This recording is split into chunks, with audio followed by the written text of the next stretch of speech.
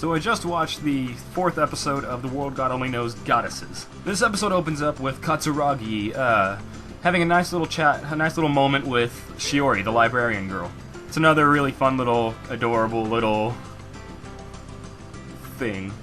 She writes another fantasy book thing and leaves it out for him to read inconspicuously and makes sure that he reads exactly what she wants him to read, so that it's just a nice little moment. But then he's attacked by the doll who belongs to the astronomy girl. This doll's all psychic powered and like throwing bookshelves and everything at him, and I just saw The Conjuring these last few days, so I'm a little like, oh my god. But the doll says that she is a goddess, or that she's being possessed at least by a goddess, and is angry because she's been watching Katsuragi and has seen him getting all nice and friendly with these other girls. And the doll is like very, very protective of the astronomy girl. Apparently it's the goddess of justice, pretty much, so she feels that he needs to be like eternally punished and killed and sent to hell and everything for cheating, even though he's not really with any of these girls. That brings up the confusion where I'm at right now, because I love romantic anime. I love finding characters that I want coupled together, and then I'm really happy when they end up coupled together. Chobits is one of my favorites because it managed to very intelligently make it so everyone was happy in the end. Everybody was happy in the end, and I loved it like that. But that's where this show's leaving me right now. I'm not sure. I want everyone happy. I want everyone happy. But the unfortunate thing is there's only one of him. The majority of this episode focuses on the astronomy girl and Katsuragi because of the doll, and he goes and tries to confront her, and he's trying to get to talk to her, but the doll's like using all these psychic powers to just throw benches and everything at him.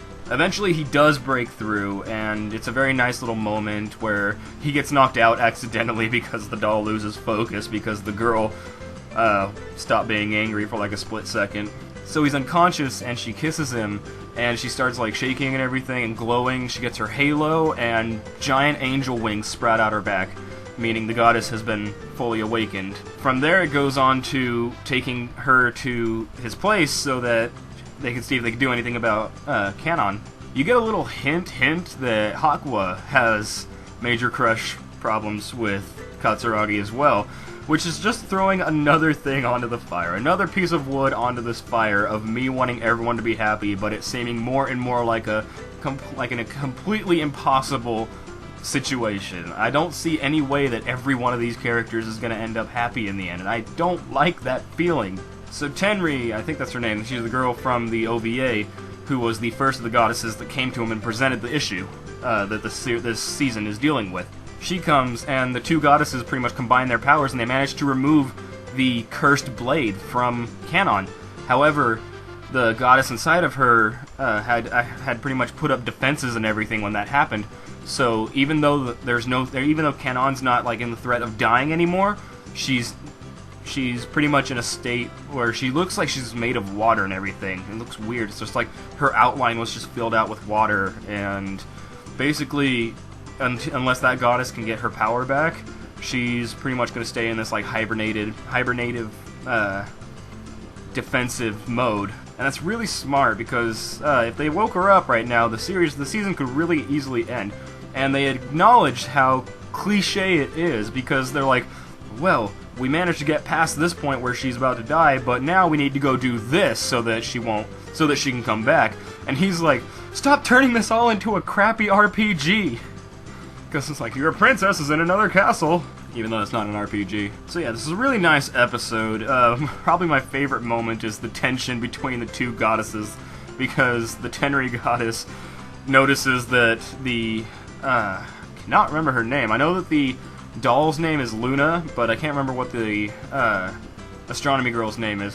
She notices that the other goddess, Luna, has her wings and everything, and she doesn't have her wings, and so she gets like a little jealous. She's like, what did you two do? They're walking up the stairs, and apparently the goddess of justice and everything is a pretty weak goddess. She has all these powerful psychic abilities, but can't really do much physically, and so she has Katsuragi carrying her up. She's just like, and he's like, and he picks her up and starts carrying her, and behind him, Hakwa and Tenri are just like steaming, just like. There is a scene where I think the goddess inside of Tenri was attempting to have sex with Katsuragi.